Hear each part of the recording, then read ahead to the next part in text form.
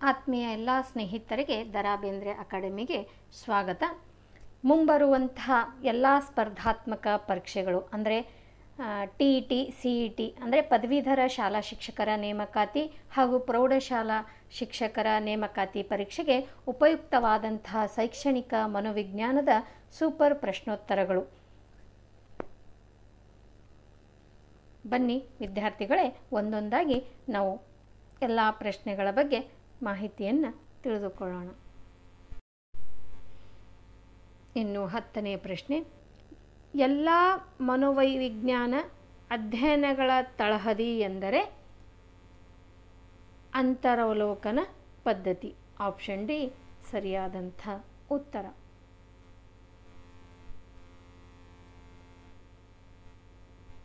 Next question, ಮತ್ತೊಬ್ಬ ವ್ಯಕ್ತಿಯ ವರ್ತನೆಯನ್ನು ಕ್ರಮಬದ್ಧವಾಗಿ ಅವಲೋಕಿಸುವುದನ್ನು ಹೀಗೆನ್ನುವರು. ಇಲ್ಲಿ ನಾವು ಇದಕ್ಕೆ ಒಂದು ಸರಿಯಾದಂಥ ಉತ್ತರ ವಸ್ತುನಿಷ್ಠ ವೀಕ್ಷಣೆ ಎಂದು ನಾವು ಇದನ್ನು ಕರೆಯುತ್ತೇವೆ. ಆಪ್ಷನ್ ಬಿ ಸರಿಯಾದಂಥ ಉತ್ತರ.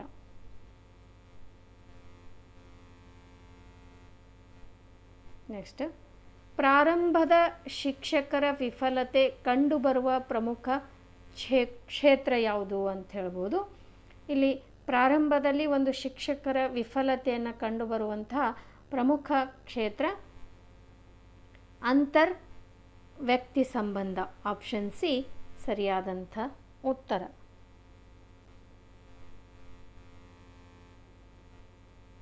ನೆಕ್ಸ್ಟ್, ಪ್ರಯೋಗದಲ್ಲಿ ಕಾರ್ಯಕಾರಣದ ಮೇಲೆ ಪರಿಣಾಮ ಬೀರುವ ಚಲಕ ಅಥವಾ ಚಲಾಂಶವೆಂದರೆ ಮಧ್ಯಂತರ ಚಲಕ. ಆಪ್ಷನ್ ಎ ಸರಿಯಾದಂಥ ಉತ್ತರ.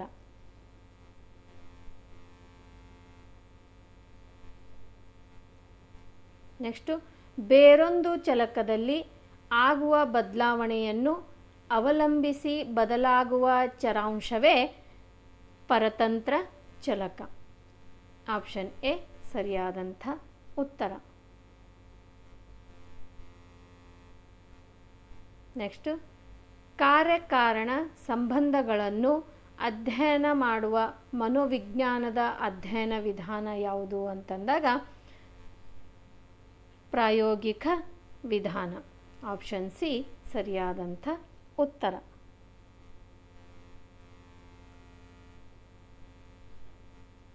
ನೆಕ್ಸ್ಟ್, ಚಲಕ ಅಥವಾ ಚರಾಂಶಗಳಲ್ಲಿನ ವಿಧಗಳ ಸಂಖ್ಯೆ ಎಷ್ಟು ಅಂತ ಕೇಳ್ತಾ ಇದ್ದಾರೆ.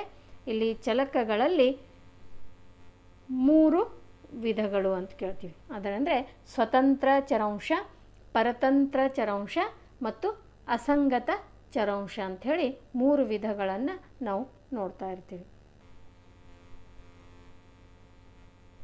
ನೆಕ್ಸ್ಟ್, ಒಂದು ನಿಯಂತ್ರಿತ ವಾತಾವರಣದಲ್ಲಿನ ಜೀವಿಯ ಅನುಕ್ರಿಯೆ ಅಥವಾ ವರ್ತನೆಗಳನ್ನು ಅಧ್ಯಯನ ಮಾಡುವ ವಿಧಾನ ಯಾವುದು ಅಂತಂದಾಗ ಇದಕ್ಕೆ ಸರಿಯಾದಂಥ ಉತ್ತರ ಪ್ರಾಯೋಗಿಕ ವಿಧಾನ. ಆಪ್ಷನ್ ಡಿ ಸರಿಯಾದಂಥ ಉತ್ತರ. ನೆಕ್ಸ್ಟ್, ಪ್ರಾಯೋಗಿಕ ವಿಧಾನಕ್ಕೆ ಈ ಕೆಳಗಿನ ಯಾವ ಹೇಳಿಕೆ ತುಂಬ ಹತ್ತಿರವಾಗಿದೆ ಅಂದಾಗ ಇದಕ್ಕೆ ಒಂದು ಸರಿಯಾದಂಥ ಉತ್ತರ ಈ ಚಟುವಟಿಕೆ ಒಂದು ನಿಯಂತ್ರಿತ ಸನ್ನಿವೇಶದಲ್ಲಿ ಕೈಗೊಳ್ಳುವುದಾಗಿದೆ. ಆಪ್ಷನ್ ಬಿ ಸರಿಯಾದಂಥ ಉತ್ತರ.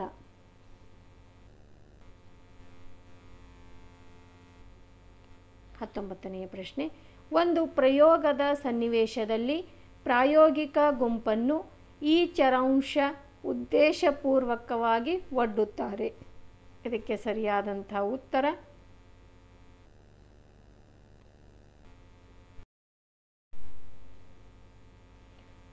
ಒಂದು ಪ್ರಯೋಗದ ಸನ್ನಿವೇಶದಲ್ಲಿ ಪ್ರಾಯೋಗಿಕ ಗುಂಪನ್ನು ಈ ಚರಾಂಶ ಉದ್ದೇಶಪೂರ್ವಕವಾಗಿ ಒಡ್ಡುತ್ತಾರೆ. ಇದಕ್ಕೆ ಸರಿಯಾದಂಥ ಉತ್ತರ ಸ್ವತಂತ್ರ ಚರಾಂಶ. ಆಪ್ಷನ್ ಬಿ ಸರಿಯಾದಂಥ ಉತ್ತರ. 20ನೇ ಪ್ರಶ್ನೆ, ಒಂದು ತರಗತಿಯ ಒಬ್ಬ ವಿದ್ಯಾರ್ಥಿಯ ಫಲಿತಾಂಶವು ನಿರಂತಕವಾಗಿ ಅಡ್ಡಿ ಕಡಿಮೆ ಬರುತ್ತಿದೆ. ಇದಕ್ಕೆ ಕಾರಣವನ್ನು ತಿಳಿಯಲು ಸಹಾಯಕವಾಗುವ ವಿಧಾನ. ಇದಕ್ಕೆ ಸರಿಯಾದಂಥ ಉತ್ತರ ಅಂದರೆ ನಿರಂತರವಾಗಿ ಒಬ್ಬ ತರಗತಿಯ ಫಲಿತಾಂಶ ಏನಾಗ್ತದೆ ಕಡಿಮೆ ಬರ್ತಾ ಇದೆ ಅಂತ. ಏನು ಅದಕ್ಕೆ ಒಂದು ಸಹಾಯಕವಾಗುವಂಥ ವಿಧಾನ ಯಾವುದು, ಅದಕ್ಕೆ ಕಾರಣ ಏನು, ಆ ಸಮಸ್ಯೆಗೆ ಏನಿದೆ ಅಂತ ತಿಳ್ಕೊಳ್ಳಿಕ್ಕೆ ನಮಗೆ ಸಹಾಯಕವಾಗುವಂಥ ವಿಧಾನ ಯಾವುದು ಅಂದಾಗ ವ್ಯಕ್ತಿ ಅಧ್ಯಯನ ವಿಧಾನ. ಆಪ್ಷನ್ ಎ ಸರಿಯಾದಂಥ ಉತ್ತರ.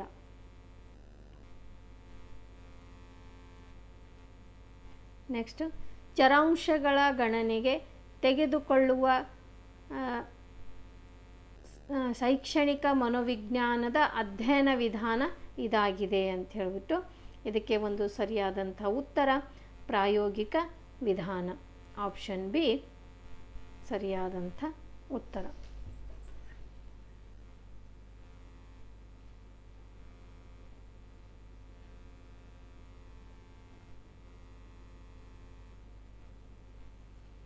ಈ ಕೆಳಗಿನ ಯಾವ ಹಂತವು ಪ್ರಾಯೋಗಿಕ ವಿಧಾನದಲ್ಲಿ ಹೆಚ್ಚು ಮಹತ್ವವನ್ನು ಹೊಂದಿದೆ?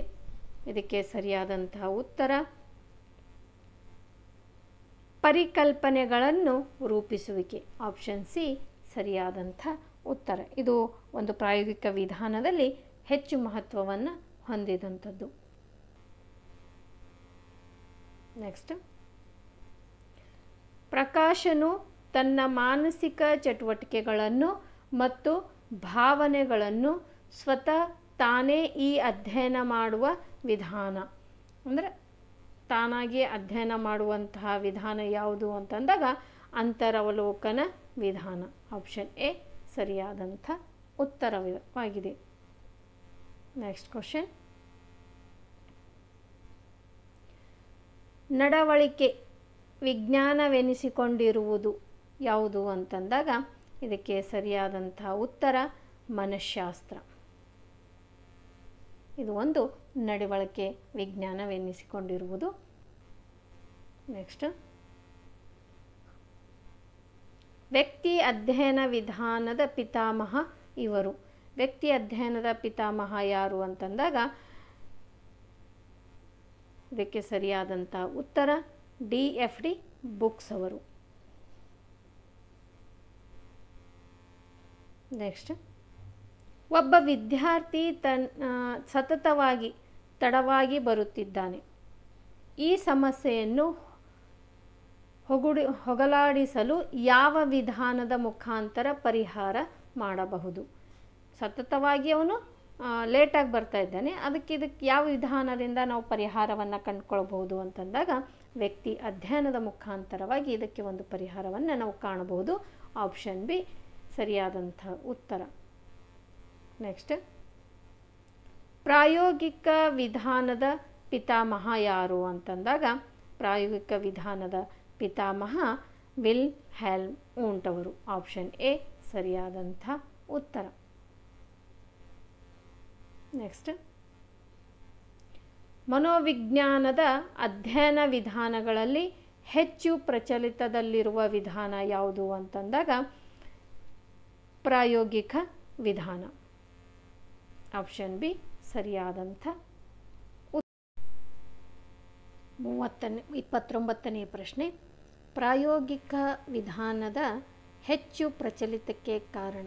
ಅಂದರೆ ಪ್ರಾಯೋಗಿಕ ವಿಧಾನ ಯಾಕೆ ಪ್ರಚಲಿತವಾಗಿದೆ ಅಂತಂದಾಗ ಇದಕ್ಕೆ ಸರಿಯಾದಂಥ ಉತ್ತರ ಮೇಲಿನ ಎಲ್ಲವು. ಆಪ್ಷನ್ ಡಿ ಸರಿಯಾದಂಥ ಉತ್ತರವಾಗಿದೆ. ಅಂದರೆ ಇಲ್ಲಿ ಅನುಗುಣವಾದಂಥ ಬೋಧನಾ ಪದ್ಧತಿಯನ್ನು ನಾವು ಅಳವಡಿಸ್ಕೊಳ್ಬಹುದು ಮತ್ತು ಹೆಚ್ಚು ವಸ್ತುನಿಷ್ಠ ಫಲಿತಾಂಶವನ್ನು ನೀಡಬಹುದು. ಇದು ನೂತನ ಅನ್ವೇಷಣೆಗೆ ಒಂದು ರಾಜ್ಯ ಮಾರ್ಗವಾಗಿದೆ ಅಂತ ಹೇಳ್ಬೋದು. ನೆಕ್ಸ್ಟ್ 30ನೇ ಪ್ರಶ್ನೆ, ಮಾನವೀಯ ಮನೋವಿಜ್ಞಾನಿಗಳ ಅಂತಿಮ ಗುರಿ ಏನು ಅಂತಂದಾಗ ಮಾನವನ ವರ್ತನೆಯನ್ನು ಅರ್ಥ ಮಾಡಿಕೊಳ್ಳುವುದೇ ಮಾನವೀಯ ಮನೋವಿಜ್ಞಾನಿಗಳ ಅಂತಿಮ ಗುರಿಯಾಗಿದೆ. ಆಪ್ಷನ್ ಸಿ ಸರಿಯಾದಂಥ ಉತ್ತರ.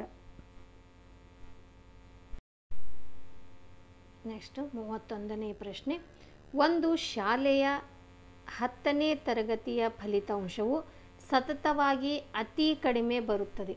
ಇದಕ್ಕೆ ಕಾರಣವನ್ನು ಅರ್ಥ ಮಾಡಿಕೊಳ್ಳಲು ಯಾವ ವಿಧಾನ ಅತ್ಯಂತ ಸೂಕ್ತ? ಅದೇ ಇದಕ್ಕೆ ಸೂಕ್ತವಾದ ವಿಧಾನ ಯಾವುದು ಅಂದರೆ ಪ್ರಾಯೋಗೀಕರಣ. ಆಪ್ಷನ್ ಬಿ ಸರಿಯಾದಂಥ ಉತ್ತರ.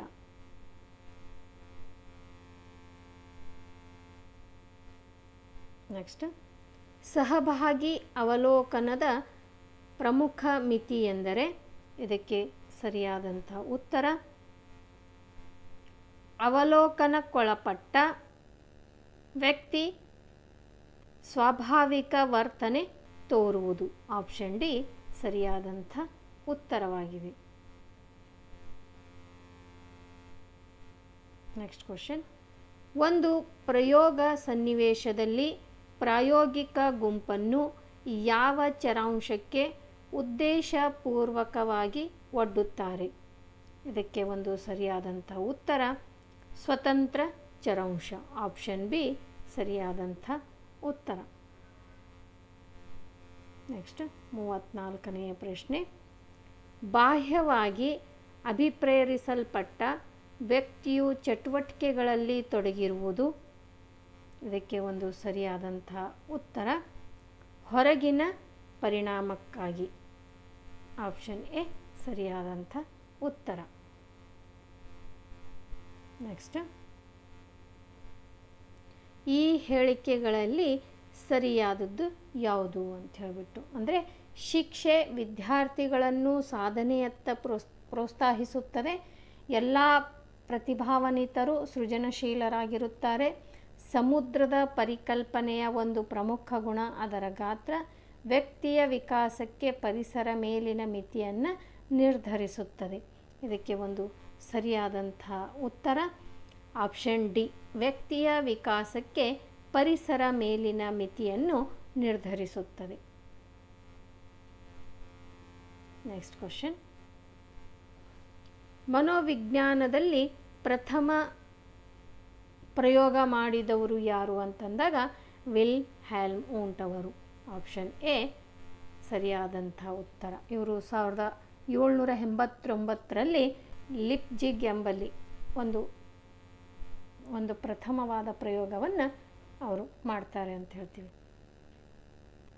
ನೆಕ್ಸ್ಟ್ ಕ್ವಶನ್ 37ನೇ ಪ್ರಶ್ನೆ, ಮೊದಲು ಮನೋವಿಜ್ಞಾನದ ಪ್ರಯೋಗಾಲಯವನ್ನು ಇಲ್ಲಿ ಸ್ಥಾಪಿಸಲಾಯಿತು. ಆಪ್ಷನ್ ಡಿ ಸರಿಯಾದಂಥ ಉತ್ತರ ಲಿಪ್ಜಿಗ್ನಲ್ಲಿ. ಅಂದರೆ ಇವರು ವಿಲ್ ಹ್ಯಾಲ್ಮ್ ಊಂಟ್ ಅವರೇ ಈ ಮೊದಲು ಪ್ರಯೋಗಾಲಯವನ್ನು ಇಲ್ಲಿ ಸ್ಥಾಪನೆಯನ್ನು ಮಾಡ್ತಾರೆ. ನೆಕ್ಸ್ಟ್ 38ನೇ ಪ್ರಶ್ನೆ, ಕೆಳಕಂಡ ಯಾವುದು ವ್ಯಕ್ತಿನಿಷ್ಠ ಪ್ರಧಾನವಾದದ್ದಾಗಿದೆ? ಇದಕ್ಕೆ ಒಂದು ಸರಿಯಾದಂಥ ಉತ್ತರ, ಇಲ್ಲಿ ವ್ಯಕ್ತಿನಿಷ್ಠ ಪ್ರಧಾನವಾದದ್ದು ಅಂತರ್ವೀಕ್ಷಣೆ. ಯಾಕಂದರೆ ನಮ್ಮನ್ನು ನಾವು ಅಥವಾ ನಮ್ಮ ಆತ್ಮವನ್ನು ನಾವೇ ವಿಮರ್ಶೆಯನ್ನು ಮಾಡ್ಕೊಳ್ತಾ ಇರ್ತೀವಿ. ಇದು ವ್ಯಕ್ತಿನಿಷ್ಠವಾದಂಥ ಪ್ರಧಾನವಾದಂಥ ಒಂದು ಅಧ್ಯಯನವಾಗಿದೆ ಅಂತ ಹೇಳ್ಬೋದು. ನೆಕ್ಸ್ಟ್ 39ನೇ ಪ್ರಶ್ನೆ, ವ್ಯಕ್ತಿ ಅಧ್ಯಯನ ವಿಧಾನದ ಪ್ರಮುಖ ಉದ್ದೇಶವೆಂದರೆ? ಇದಕ್ಕೆ ಒಂದು ಸರಿಯಾದಂಥ ಉತ್ತರ ವರ್ತನಾ ಸಮಸ್ಯೆಗಳ ಕಾರಣಗಳನ್ನು ಪತ್ತೆ ಹಚ್ಚುವುದು ಮತ್ತು ಪರಿಹಾರ ಕ್ರಮಗಳನ್ನು ಕೈಗೊಳ್ಳುವುದು. ಆಪ್ಷನ್ ಸಿ ಸರಿಯಾದಂಥ ಉತ್ತರವಾಗಿದೆ. 40ನೇ ಪ್ರಶ್ನೆ, ಪ್ರಾಯೋಗಿಕ ವಿಧಾನದ ಯಶಸ್ಸಿಗೆ ಕಾರಣವಾಗುವ ಪ್ರಮುಖ ಅಂಶವೆಂದರೆ ಮಧ್ಯವರ್ತಿ ಚರಾಂಶಗಳ ನಿಯಂತ್ರಣ. ಆಪ್ಷನ್ ಸಿ ಸರಿಯಾದಂಥ ಉತ್ತರ. ನೆಕ್ಸ್ಟ್, ಶೈಕ್ಷಣಿಕ ಮನೋವಿಜ್ಞಾನದ ಈ ಕೆಳಗಿನ ಯಾವ ವಿಧಾನ ಶೈಕ್ಷಣಿಕ ಮನೋವಿಜ್ಞಾನದ ಸ್ಥಾನಮಾನವನ್ನು ತಂದುಕೊಟ್ಟಿದೆ? ಇದಕ್ಕೆ ಒಂದು ಸರಿಯಾದಂಥ ಉತ್ತರ ಆಪ್ಷನ್ ಸಿ ಪ್ರಾಯೋಗಿಕ ವಿಧಾನ ಶೈಕ್ಷಣಿಕ ಮನೋವಿಜ್ಞಾನಕ್ಕೆ ಒಂದು ಸ್ಥಾನಮಾನವನ್ನು ತಂದುಕೊಟ್ಟಂಥ ವಿಧಾನವಾಗಿದೆ. ನೆಕ್ಸ್ಟ್ ಕ್ವಶನ್, ಒಬ್ಬ ವ್ಯಕ್ತಿಯ ಚಟುವಟಿಕೆಗಳನ್ನು ಬಹಿರಂಗವಾಗಿ ಕಂಡು ಅವುಗಳ ಕಾರಣ ಮತ್ತು ಪರಿಣಾಮಗಳನ್ನು ಕಲ್ಪಿಸುವಿಕೆಯನ್ನು ಡ್ಯಾಸ್ ಎನ್ನುವರು. ಇದಕ್ಕೆ ಒಂದು ಸರಿಯಾದಂಥ ಉತ್ತರ ವೀಕ್ಷಣೆ ಎಂದು ನಾವು ಕರಿತೀವಿ. ಆಪ್ಷನ್ ಎ ಸರಿಯಾದಂಥ ಉತ್ತರ. ನೆಕ್ಸ್ಟ್, ಮನೋವಿಜ್ಞಾನದ ಈ ಕೆಳಗಿನ ಯಾವ ಶಾಖೆ ಮಾನಸಿಕ ತೊಂದರೆಗಳ ಕಾರಣಗಳನ್ನು ಪತ್ತೆ ಹಚ್ಚುವ ಬಗ್ಗೆ ಚರ್ಚಿಸುತ್ತದೆ? ಇದಕ್ಕೆ ಒಂದು ಸರಿಯಾದಂಥ ಉತ್ತರ ಚಿಕಿತ್ಸಾ ಮನೋವಿಜ್ಞಾನ. ಆಪ್ಷನ್ ಡಿ ಸರಿಯಾದಂಥ ಉತ್ತರ. ನೆಕ್ಸ್ಟ್ 44ನೆಯ ಪ್ರಶ್ನೆ, ಪ್ರಾಯೋಗಿಕ ವಿಧಾನದ ಪ್ರಮುಖ ಮಿತಿ ಎಂದರೆ ಫಲಿತಾಂಶಗಳನ್ನು ಕೃತಕ ಸನ್ನಿವೇಶದಲ್ಲಿ ಪಡೆಯಲಾಗುತ್ತದೆ. ಆಪ್ಷನ್ ಸಿ ಸರಿಯಾದಂಥ ಉತ್ತರವಾಗಿದೆ. ನೆಕ್ಸ್ಟ್, ರಚನಾವಾದದ ಪಿತಾಮಹ ಯಾರು? ರಚನಾವಾದದ ಪಿತಾಮಹ ಇ.ಬಿ. ಟೀಚ್ನರ್ ಅವರು. ಆಪ್ಷನ್ ಸಿ ಸರಿಯಾದಂಥ ಉತ್ತರ. ನೆಕ್ಸ್ಟ್,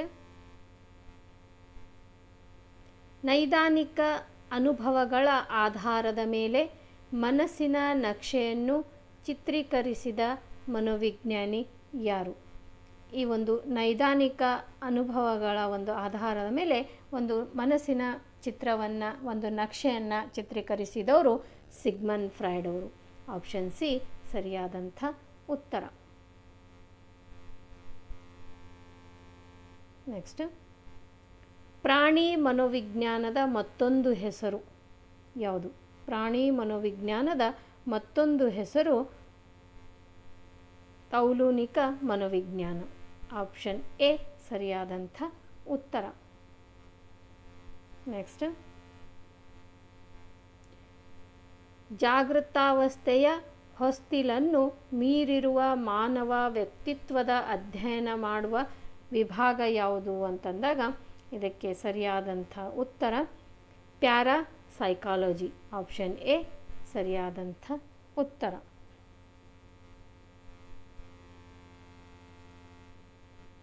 ನೆಕ್ಸ್ಟ್, ಗೆಸ್ಟಾಲನ ವಿಧಾನ ಇದಾಗಿದೆ.